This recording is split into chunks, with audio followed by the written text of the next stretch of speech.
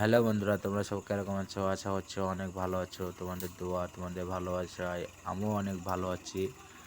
তো তোমরা দেখতে পাচ্ছ একটা ছোট্ট ব্লগ নিয়ে চলে এসেছি তোমাদের মাঝে।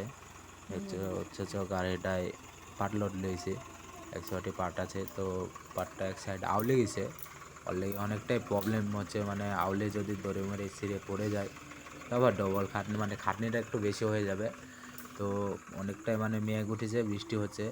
মানে বৃষ্টি হয়ে গেলে বিশাল প্রবলেম। 100টি পার্ট আছে গাড়িটায়, বসে যাওয়ার বিশের অংশ মানে ভয় থাকছে। তো ভিডিওটা তোমরা দেখো, গাড়িটা কী হালে যায় পৌঁছায়। তো অবশ্যই মজা হবে ভিডিওটা দেখলে।